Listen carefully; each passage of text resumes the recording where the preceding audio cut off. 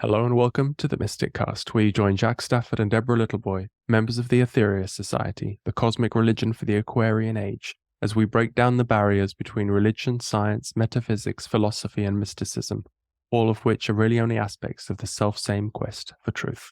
Please note, this is an independent program, not produced or fact-checked by the Aetherius Society. Today, our guest is Marin Mouta. Hello, Marin. Welcome to the show. Hello, thank you for having me. It's our pleasure. Well, we've been researching. You've certainly had a fascinating life story. I don't want to go into the whole story because people can listen to you to tell on other or read your book. Huh? That's right. I have 3 books now. Well, 4 books. One is about chocolate. One is about my childhood and how the theories that I came up with were pretty much already there. And I would write these theories down, everything from anything in metaphysics to mitochondrial DNA, and buried them and then unearthed those. The next one, we're talking about past life connections and really how does that impact our life here.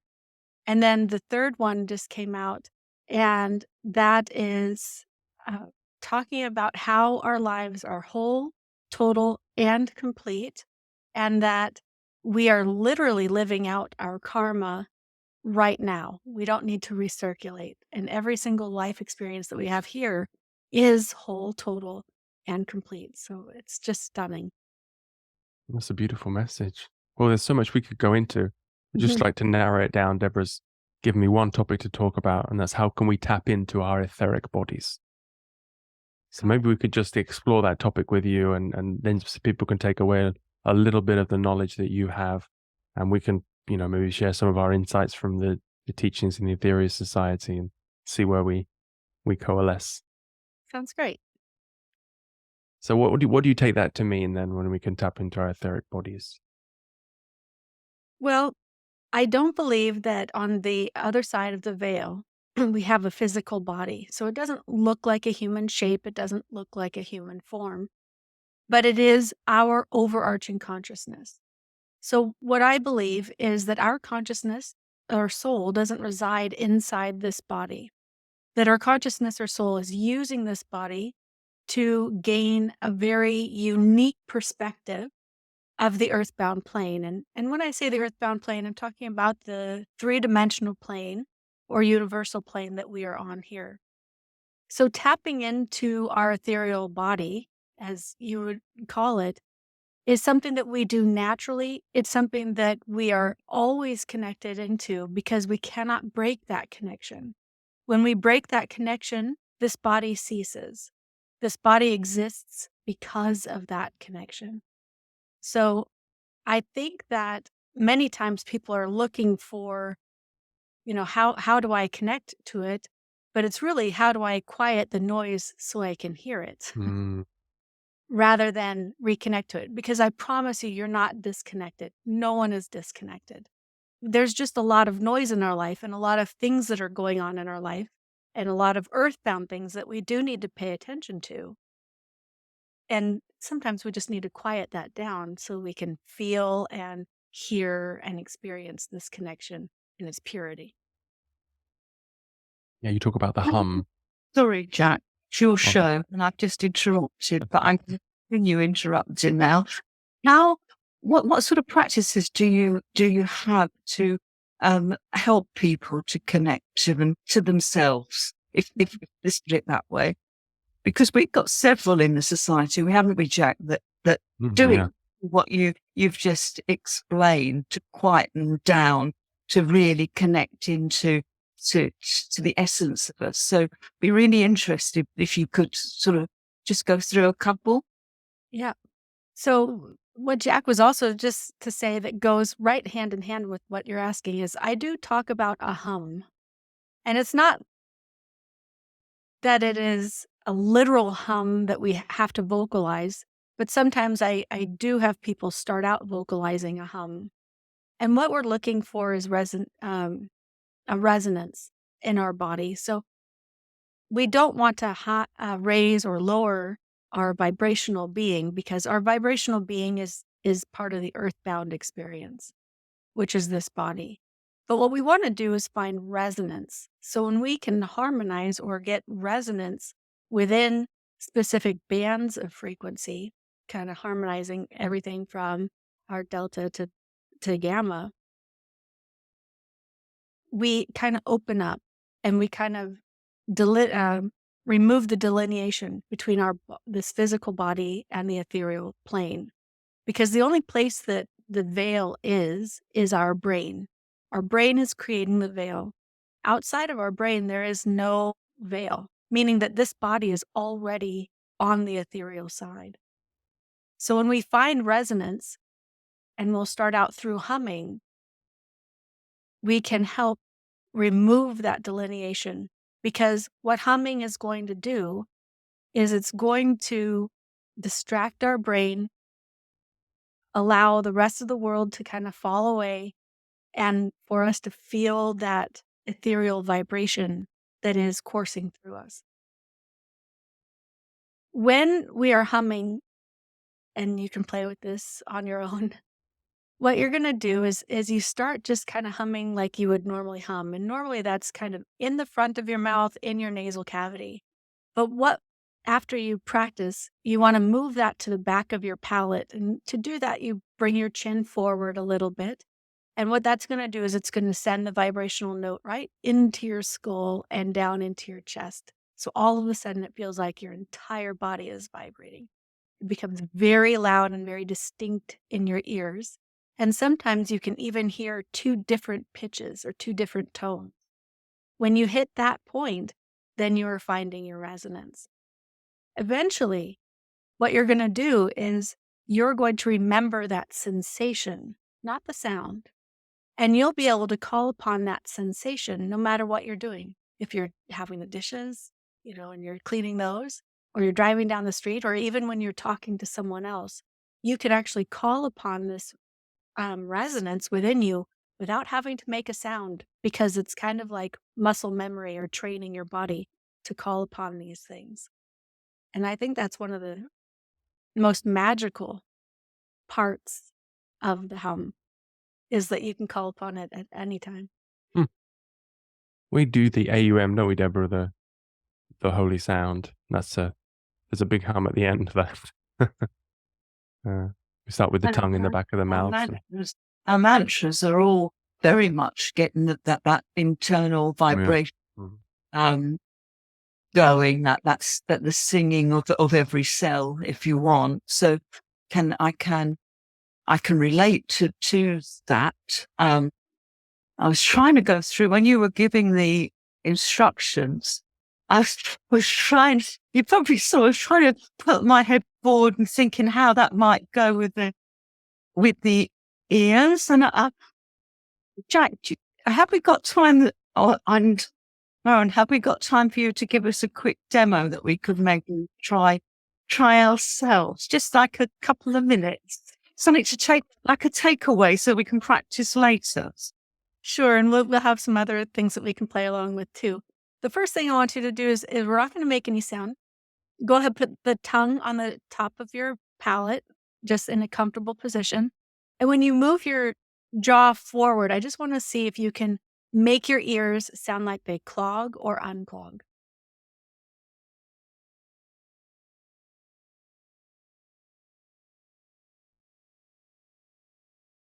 And sometimes you kind of have to open at the same time. Keep your mouth shut, open your mouth, and move your jaw forward. Just kind of play around and see if you can get any sound change in your ear.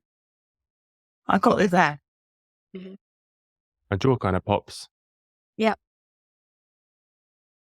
So when you get to that sound change, when you're humming, that's the position of your mouth that you want to actually work into. So the first step is to keep your mouth shut, no sound, and just see if you can change. It's almost like a changing pressure within your ear. And then you take a nice big breath and you put it in your belly. Because you don't need a big breath. I mean, you don't need a lot of air coming out. All we're going to do is very slowly start making sound. So you take a nice breath.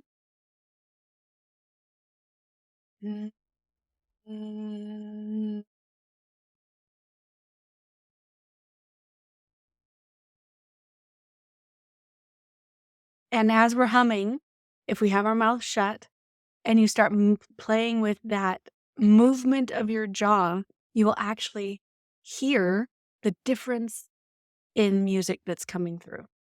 So you don't have to be a good singer. It's literally just sound. I am the worst singer in the world, and I promise you I can do it. So go ahead and try that. See if you can just make a little bit of sound and move that jaw, keeping your mouth shut, and see if you can change the sound of the hum without changing your voice.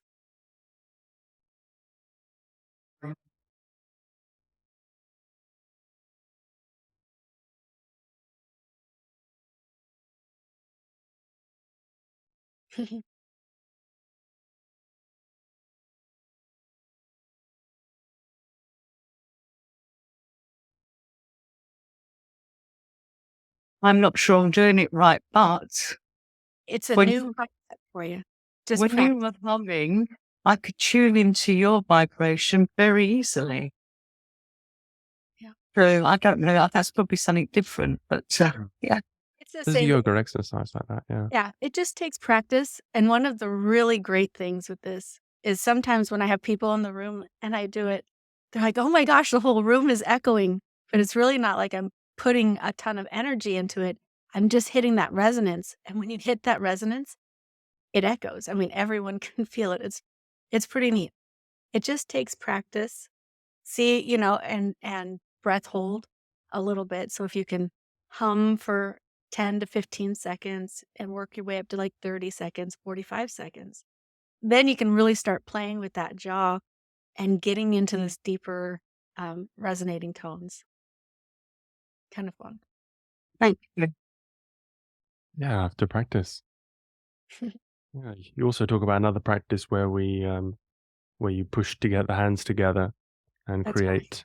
deal with this spiritual plasma, which is something we deal a lot within the Aetherius Society, the spiritual energy that Mhm, Dr. King taught us to use, and we put it into prayer batteries, which we mhm, put into which we release when there's a time of world crisis, and we mhm. also um, put spiritual energy into psychic centers of the Mother Earth. We do these kind of operations with this energy, so it's a very physical thing. It is. And we can play with that too. An interesting thing that we're doing is it's a form of quantum Reiki. And I was you sent me over your 12 prayers to look at, and I um, went through that, and I watched your video, and all the movements that you're doing are forms of Reiki, which is, again, exactly how our body is created. Without even doing hand movements, we're sending energy out and we're receiving energy because our body is created as an electromagnetic organism, which means that it has frequency. Now, how can we touch that frequency? How can we feel that frequency? Is something that we don't normally do because we're so in it all the time. We don't recognize it. And this is where the hands together exercise comes into play. So if you want to play with this, we can for just a second. We can Let's feel do this it. energy. So the first thing we're going to do is we're just going to kind of sit back and have a nice straight back, but be relaxed. We're going to bring our hands up and we're going to put them right in to the center of our chest here and elbows nice and high. Now, while I'm talking, what I want you to do is I want you to squeeze your palms together from your elbows, okay? Not your hands. I want your elbows and shoulders squeezing your palms together. Okay, so keep doing this while I'm talking. It might get tired, but just keep going. What we're doing is we're completing a new circuit of energy because, like I said, our body is an electromagnetic organism. And in our body, it has a bunch of different circuitry. So, what we're doing right now with our hands is we're just allowing the energy to flow through one hand into another, just as it's flowing outside. And we're going now, keep going. And I'm going to stand up and kind of show you what we're doing here. So, we're going to, when I say go, drop our elbows, and that might bring our hands forward a little bit. And then just very slowly with your breath, we're going to start separating our hands. So With our inhale, we're going to separate, and with our exhale, we can kind of bring them together. And then we'll just kind of keep doing that on your own. Okay, get ready. Let's go ahead and drop those elbows. Nice. Our hands will fall forward naturally. And I will stop talking, and you're just going to, along with your breath, slowly move your hands apart. And when they get about shoulder width apart, you can kind of play around with that plasma that's right in between them.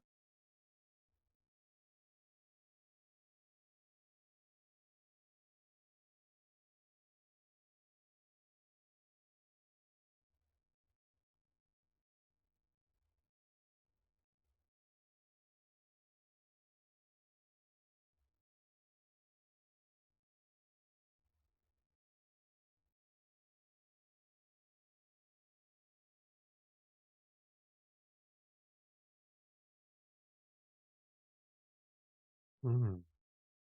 So you can I feel like I have to keep talking because we're on a podcast, but it's Oh, just that's all been right. wonderful. Okay, sorry. I was about ready to do that. So an interesting thing is, it's like in Qigong when they practice this same thing. What they do to kind of speed up the process is they slap their hands together and rub them, and then they press their hands, and then they open it. So that kind of speeds things up. The reason why I do it the longer way is because I want that feeling that you have created it without having to slap, without having to do anything excessive, because it's always already there. And this is in so many different practices across the world and different religions, and is tapping into this kind of Reiki energy. The great thing about this Reiki energy, I think you've seen it in the Karate Kid, the original Karate Kid, when Mr. Miyagi slaps those hands together and rubs them and then puts them on Daniel's knee. It's basically the same thing. That's the idea, is using this energy. And this energy is from you.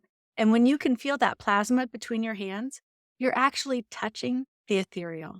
You're touching the other side of the veil. You're physically allowing your body to know that it exists. When your brain does everything it can to tell you, this is where we are and there's nothing else, because the brain's job is very important in creating this veil. But this is kind of like a cheat to get around it. That's beautiful. That brings us back into the original question: how to tap into our etheric bodies. What did you feel, Deborah? Yeah, I felt a little bit like you've got dough when you're making bread, and not that I've done that in a while, but I remember that when you're pulling it apart and it's on your hands and you can watch and feel the resistance of it. And I remember doing that. Like, the bread was horrible by the time I'd finished, because I'd spent too long with playing around with it. But that's what it felt like to me. And the other thing, and I don't know whether this is separate or not, but was really aware of sounds in my ears, the natural sound, like I'm going to say hum, but it's not really, it's like a tingly type of thing. That became the static. That's a better word for it. The static in my ears became very clear to me. And I know it's there all the time, but mostly you don't hear it. But I was amplified, and I don't know why, but that was a real thing. So thank you. What a fabulous description with dough. I should have thought of that. No, that's a great way to describe it, because it's pliable and you can move it and you can stretch it almost like taffy.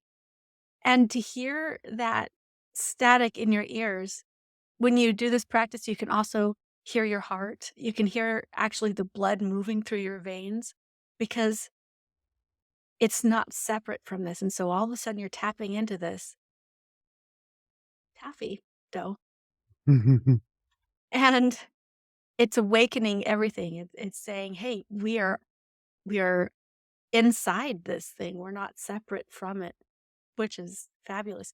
You can even move this taffy dough up towards your ears, up towards your head, and you can actually feel the energy rather than between your hands, you can get it between your skull and your hand. You can get it from your shoulder and your hand. It's Can kind you of, see it psychically? Can you tune in? Can you see? yeah, you can. So when I see psychically, it's more like a mirage. Like when you're driving down the street and it's a really, really hot day and you see that oil vapor kind of come up from the earth. That's typically what I see, and that's typically how I see life all the time. And my brain then has to take that and translate it into something more delineated. Mm, mm. Yeah, because I've heard about you can tune into people and see if they have any problems, but you have to ask once you've been talking to us for a while. Are you picking up? We have to ask you if you're picking up any problems, and if you any It issues might- with us or anything. There's two things. One, I wouldn't tell you on the podcast. Okay. Because it's a private thing. It's between you and me if that's our conversation. And Well, I as can edit it out. fun, I can yeah, edit well, it out. as fun as okay, well, Yeah, go ahead. I don't If I have to look. Hold on. I wasn't looking because I normally don't just sit there and look at people because of privacy. When I was a kid, I would just see it and I didn't know how to filter it out. no, it's we're taking advantage of this. You have to pay a lot of money to have a consult with you, so it's TK. um,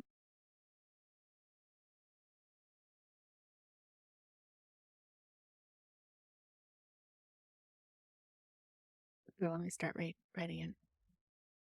I have Jack does have some stuff coming up, but it's nothing bad. Don't worry, Jack.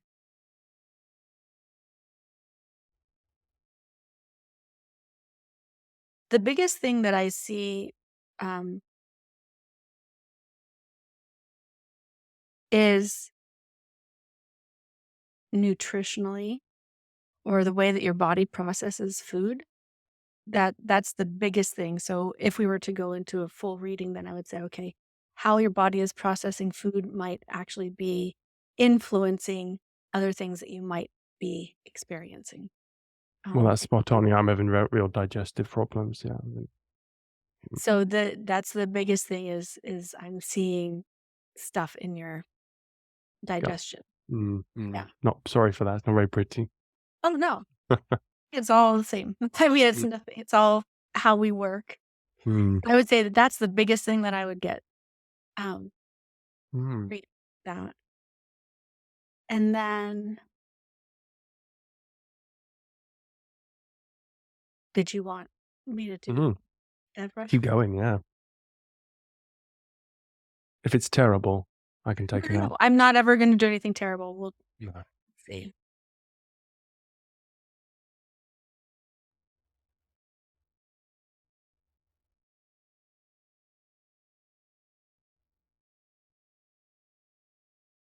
Okay, so it always comes out silly. Even if you were 12, I would say this.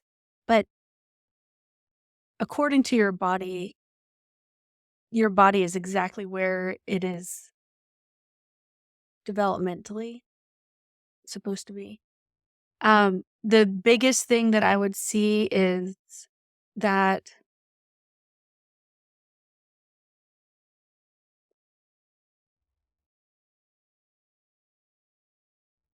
see, it's in your chest area, but I'm not seeing like a cancer, so that's a good thing. Um,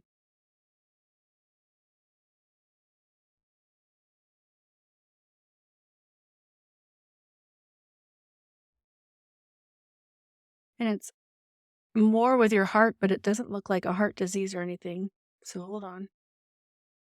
So I'm not even getting, the truth is I'm not getting a physical reading. I'm getting an emotional reading of longing and of love. So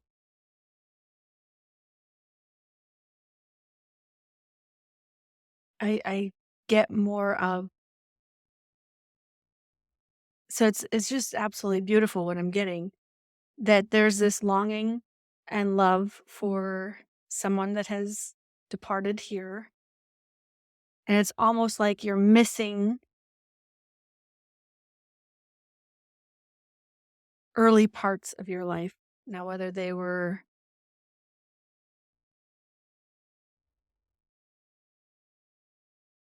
yeah, because see, now I'm getting like a whole reading from somebody else. So I see a lot of yellow grass, so I'm going to say that it's going to be summertime because there's little yellow flowers and sunshine and a giant tree.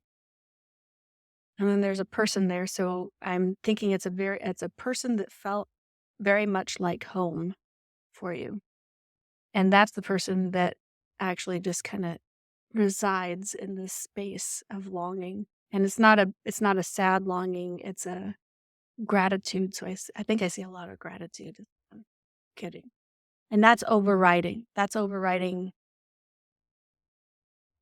above anything else at all. That's why it just went right into your chest.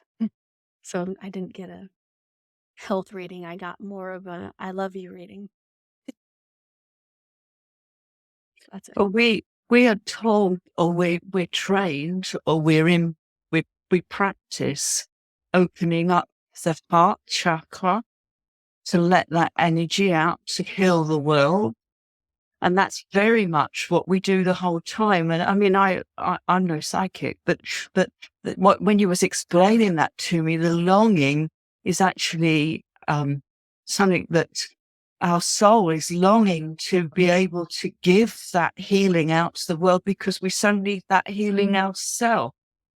And so that's what I got from what you were saying, because I felt my heart chakra responding to that wanting so much to send the love energy out and to receive it back, obviously, because whatever we give out to that extent comes back. But hey, that's just my 2 pennies worth. No, I agree with that because it's a very nurturing feeling, and that longing that really, I mean, it's just so powerful. And that's overriding everything else I see with you is this, and like I said, it's not a bad longing, it's a desire, and it's such a nurturing energy that what you just described is basically it. It's just, boy, I can only imagine what it's like to hug you.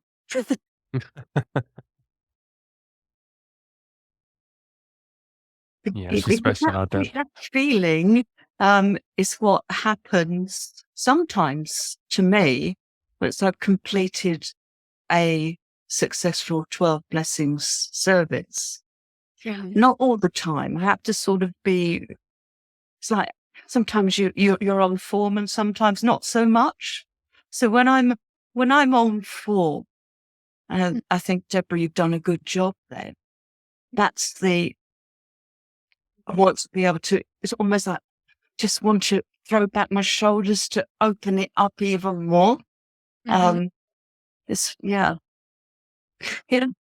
interesting, isn't it?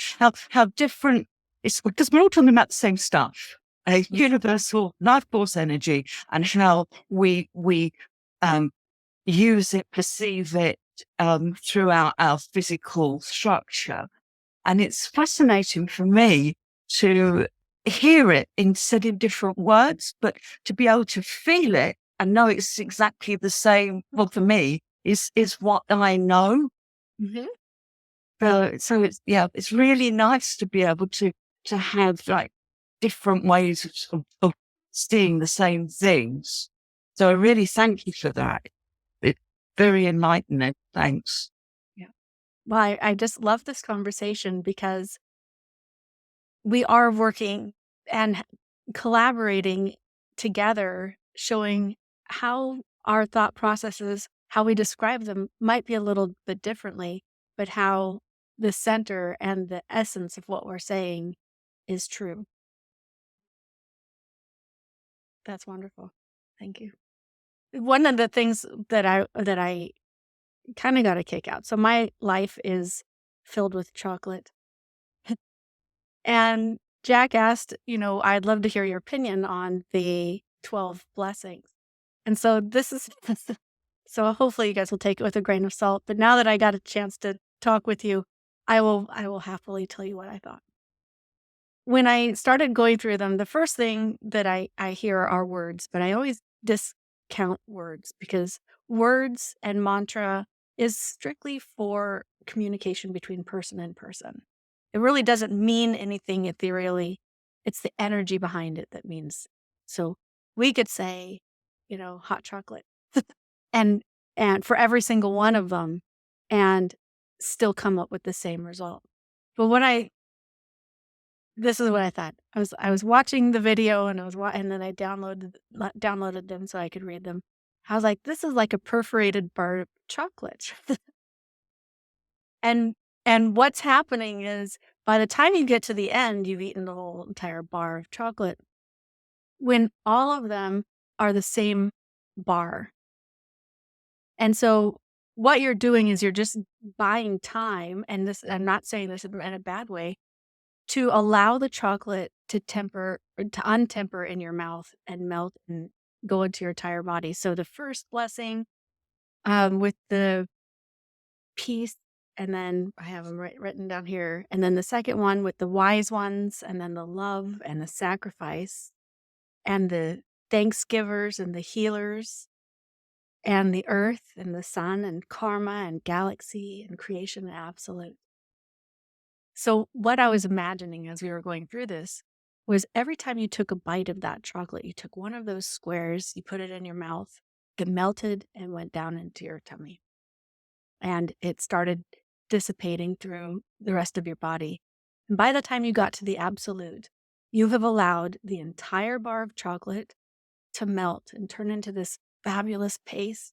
And it's in every facet of your body, which is exactly how chocolate works.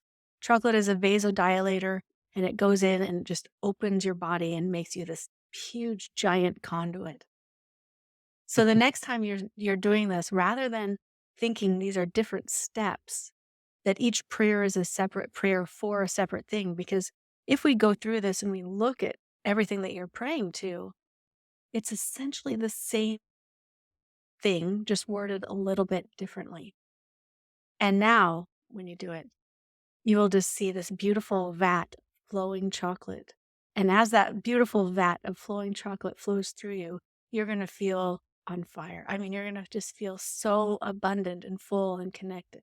And so that's what I got out of Perhaps for more than anyone who doesn't anything know else. about you, you make chocolate, a very special chocolate. Yes, Maybe you could just explain a little bit about that. sure. I started making chocolate at a very young age just by taking already made chocolate and melting it. And one of the special parts of chocolate that I found was if I was to eat chocolate tempered, so a hard chocolate like taking a bite of a Hershey bar, that was totally different than if I allowed the chocolate to melt even in my little hand and I could lick the chocolate off my fingers. My body had a completely different sensation. Totally two different sensations of chocolate. One was incredibly spiritual, and the other was just kind of more eat the chocolate and be done. And I started thinking there's something more to the power of chocolate rather than a Valentine's Day box of chocolates or the beautiful displays of chocolates that we see. When we start going back in time, 2,000, 3,000 years ago, when indigenous people were using chocolate ceremoniously, what were they eating? Were they eating a bar of chocolate? No, they were eating it as a paste, which makes a lot of sense because the second that chocolate melted, that's essentially turning it back into a paste form. And what happens is because chocolate is a vasodilator and other things with all these different polyphenols, it's going to go into your mouth. And just like if you were having a heart problem and you stick that aspirin underneath your tongue because it will go into your blood system faster, that's the same as putting a chocolate paste in your mouth, and it opens everything up almost instantaneously. Fabulous.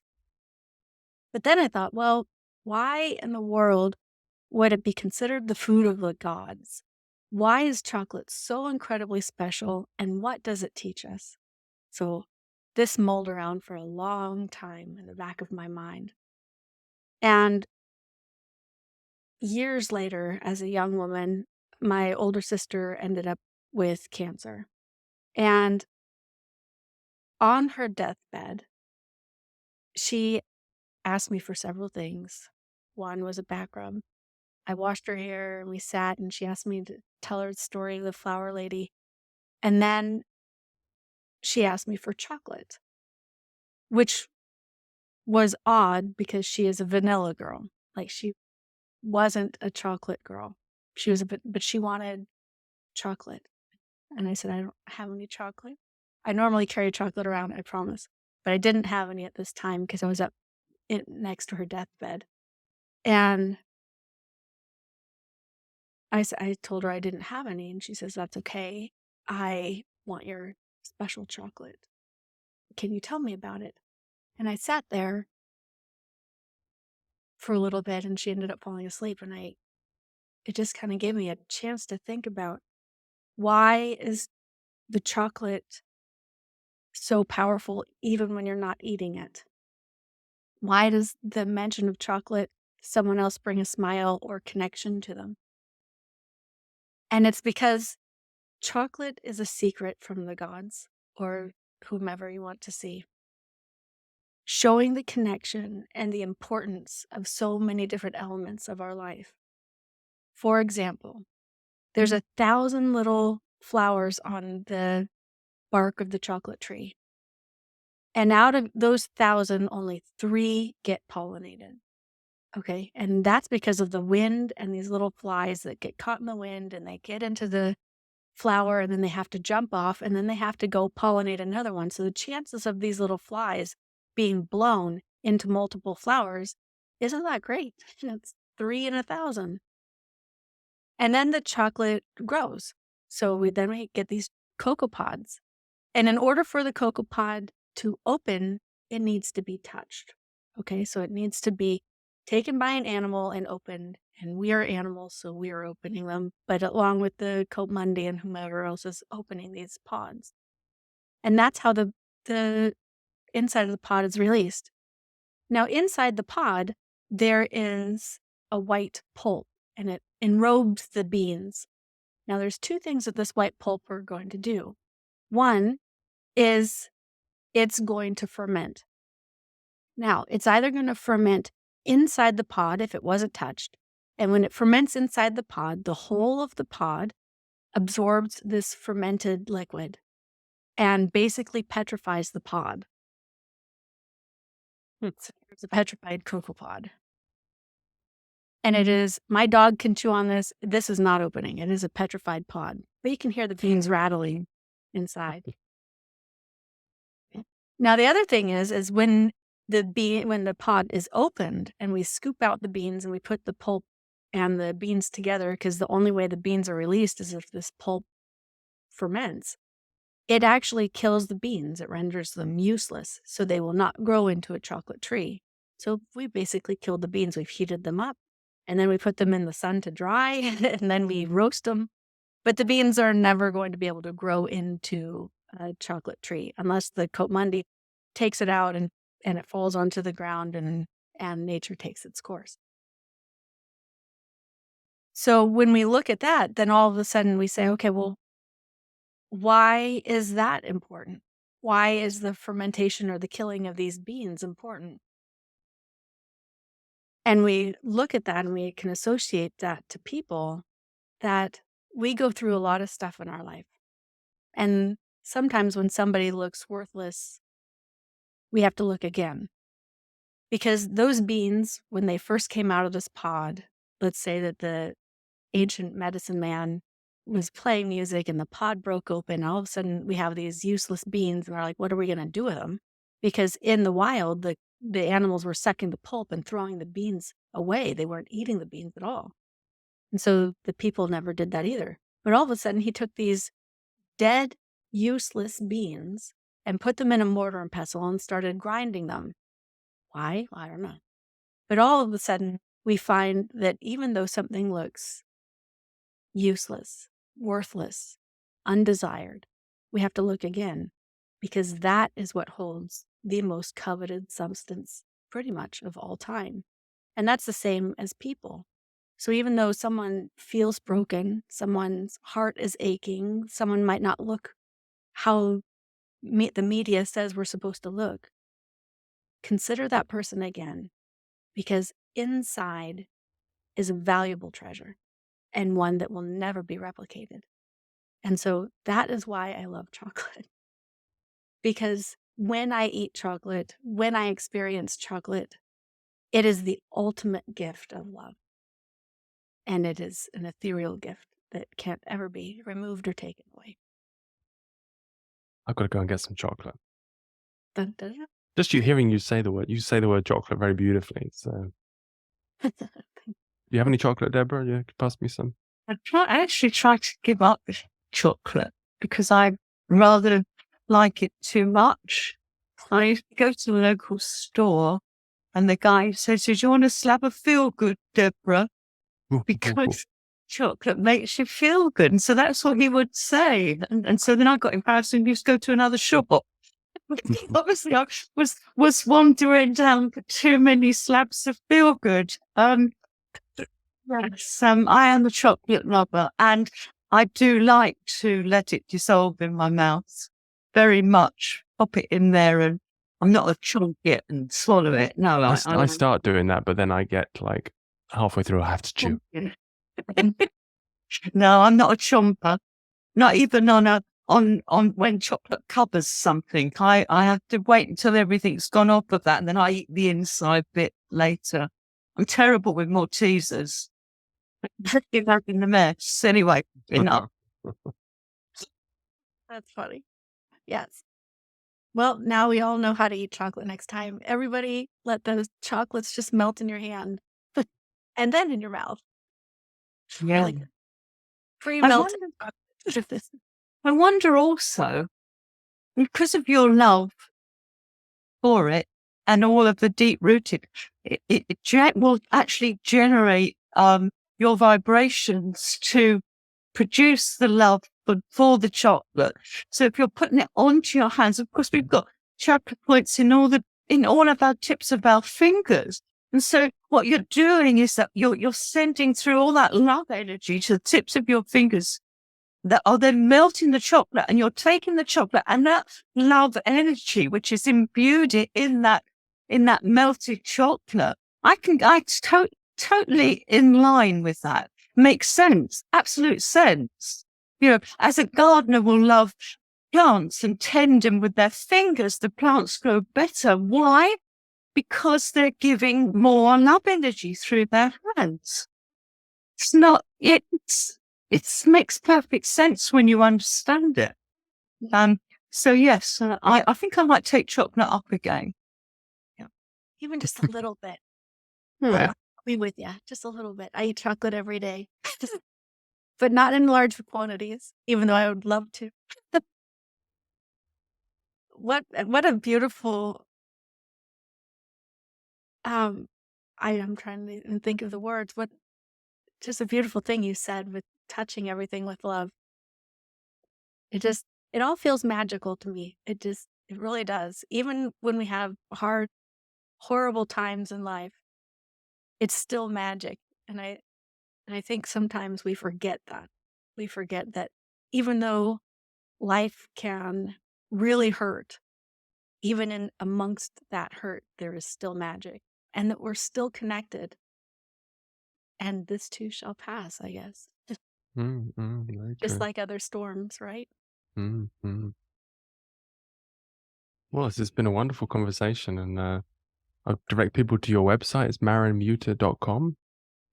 And they can buy it so you make the chocolate every month, yeah, and then send it out, or No, it's in I make the batches. chocolate only in the cooler months in the United States. So chocolate will start shipping out the end of October, and then the last shipment is in March. Okay. Yes, but you can pre-order it now. Yeah, I'm seeing it on your site, and there's you've even got a book about the story of cacao, and People can order your other books there. Is it better they order there than Amazon? Is it? If you want a signed copy, you can order it on my website. It takes a little bit longer because I have to get the books in. And then on Amazon, it's quick and easy, I guess. Sure. So, Okay. Yeah. Well, I think this has been a great conversation, and I've really inspired. Is it for my digestive issues? Do you think should I talk to you more about it, or is there something I can do, or was there? we can further the conversation on it and just I don't want to bore everyone with my digestion. no, that's okay. We can talk further on it. There's nothing major that you need to do, but we'll just learn how to have our body kind of start processing. And I say our because when I do a reading, I feel like I'm like inside. So that sounds crazy, but just altering certain things and relaxing the digestion process because right now it's very, very tense. So it's kind of like it's clenching its fists and making things a lot harder than it needs to be. And so if we relax that, then your body will tell you exactly what to eat. And when you start listening to that, then all of a sudden you'll feel a little bit better. Yeah, I do carry my tension in my gut. My physically tense there. I notice when I do my practice, I relax there, and it's so yeah. It's I definitely. So I can make an appointment from your website and You kind of have to email me the email. Yeah. because I do a lot of other research, and so I take appointments on the side, basically, and so there is a queue, but it's not that bad. It goes Okay. pretty quickly. Well, that's But great. I email think me. it's worth doing because I've tried a lot of physical diets, different diets, and they haven't really worked so well. So maybe it's not what you eat, but how you eat, and like as you say. Well, thank you so much for having me. This was a great conversation. I really enjoyed it. Yeah, Me and really too. wish we could keep chatting here and fill up the time, but it's a good bite size length, and people are probably desperate to go off and get chocolate. So Yeah, now they are. I'm gonna go and get a piece. Good. Me too.